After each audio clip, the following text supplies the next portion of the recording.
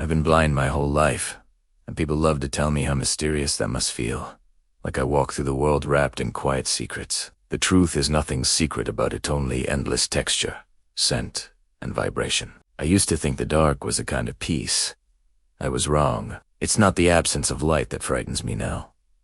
It's what sometimes moves inside it. Since I was a child, I could sense outlines, eat signatures, the hum of bodies, the air bending around shapes. My parents called it intuition. Doctors called it neuroplastic adaptation. I called it survival, because sometimes, late at night, I would wake to the feeling of someone standing over me, their breath cold and damp, the air trembling as if a storm hovered just above my skin. My mother would rush in when I screamed, switch on the lamp, promise no one was there. But the air always smelled of iron after those visits, and my sheets felt heavier, like something invisible had been lying beside me. Years passed as I built routines, walking the same paths by counting steps, mapping walls with fingertips, cataloging every creak of our apartment. Still, there were gaps in sound moments, when the room held its breath. I learned to stop talking about them. No one wants to believe that a blind man can still see shadows. Then came the night. Everything changed. Rain rattled the windows like fingertips. The world was asleep except me. I lay in bed listening to the rhythmic tick of the radiator when a glow bloomed behind my closed eyelids. At first I thought it was a migraine aura, one of those neurological fireworks they said I might experience. But this was different, steady, deliberate, almost aware. Shapes began to form, fuzzy, trembling outlines that refused to vanish when I blinked.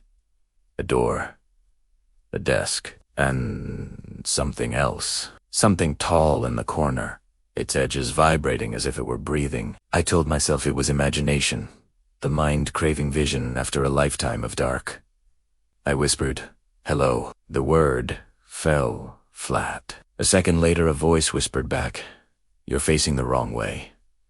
It came from everywhere and nowhere, inside the skull instead of through the ears. My pulse hammered so hard it blurred the world to white noise. The glow flickered out. Only sound remained the faint scrape of something dragging one bare foot across the floor. I couldn't move.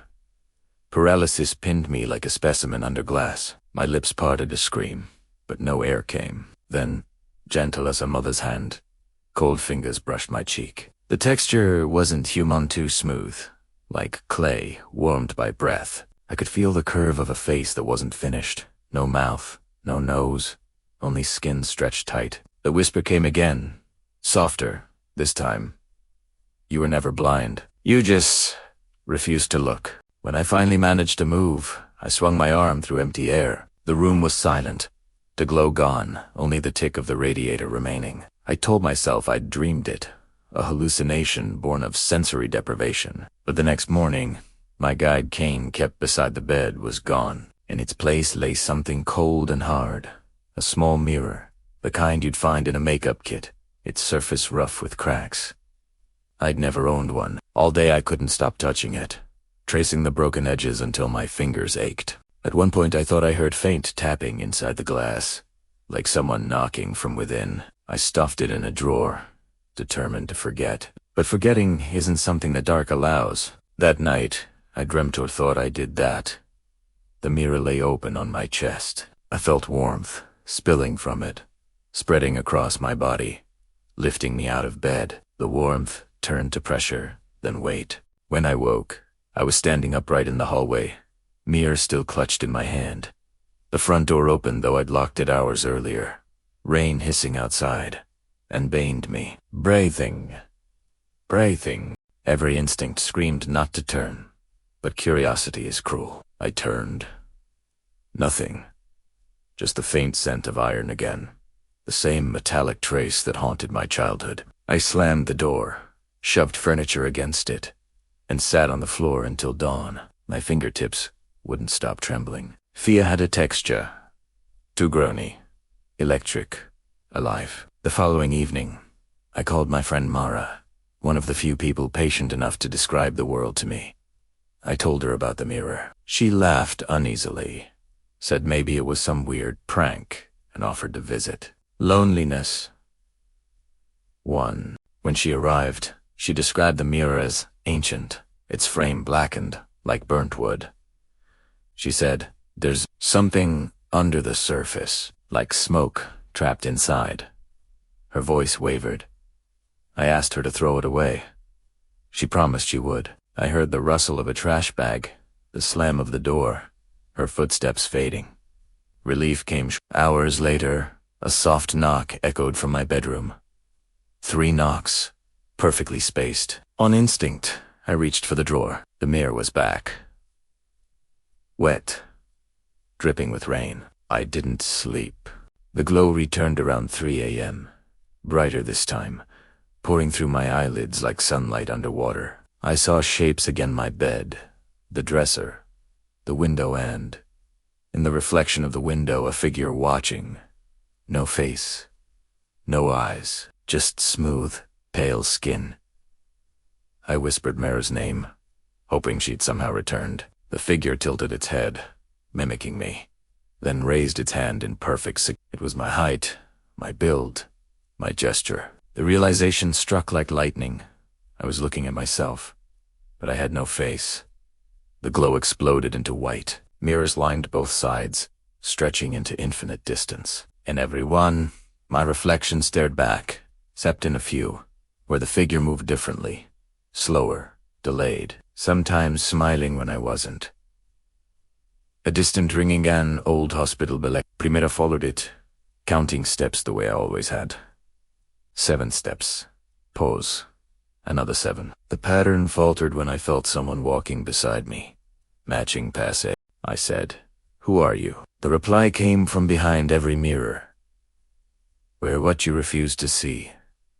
Something touched my hand, guiding it toward a door at the corridor's end. My fingers brushed a brass plaque, engraved with words I couldn't read. The air grew heavy, the way it does before lightning. I pushed the door open and smelled salt like the ocean. Inside, the world shimmered. A room of impossible proportions, ceiling lost in fog. In the center stood Maror. Something shaped like her. Her eyes were hollow pools of light, and her voice layered over itself, delayed like an echo in water. "You shouldn't have given it away," she said. "It belongs to you." She held out the mirror. I shook my head, but invisible hands forced mine open. The mirror pressed against my palm and fused there, melting into skin. Heat pulsed up my arm. I screamed, but sound bent sideways, swallowed by the fog. The light inside the mirror bled into me, searing through nerves, rewriting everything. I felt sight, not normal sight, but pure. Perception pour through. I saw the hospital dissolve, saw endless, dark stitched with shapes, outlines of millions watching from behind invisible walls. They weren't people. They were the unseen things that live in absence, waiting for someone like me to open the door. My body collapsed. I remember voices debating in the distance, machines beeping, someone saying I'd gone into shock. When I woke, sunlight warmed my face. My mother sobbed beside the bed. "You're awake," she said, trembling. "You're looking at me." And I was. I could see her. Tears blurred my vision, but it didn't matter. I could finally see. But something was wrong. Behind her, at the window, the reflection lingered half a second too long before moving. It blinked after I did, and when she stepped aside, I saw another figure standing in the corner, faceless, patient, waiting. No one else reacted. Only me. I tried to tell them, but the words tangled. They thought trauma had scrambled my memory. They discharged me 2 weeks later with glasses I didn't need, and a pamphlet about coping with sensory overload. Back home, I covered every mirror. But reflections don't need glass anymore. They live in corners of light, in the sheen of a floor, the curve of a spoon. Everywhere I look, I catch that smooth silhouette watching, closer each time. One night I recorded audio hoping to prove it existed. When I played it back, there were footsteps syncing perfectly with mine, breaths between my sentences that weren't mine, and a voice at the end whispering, "Stop pretending you're still blind."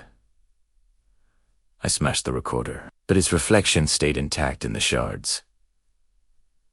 The next morning, Mara's brother called. She'd gone missing 2 nights earlier, last seen leaving her apartment carrying a blackened mirror. Police found her front door open, Footprints leading inside, none leading out. They asked if I knew anything. I said no. But I felt the mirror burning under the skin of my palm. The scar there pulsed faintly, like an eye trying to open.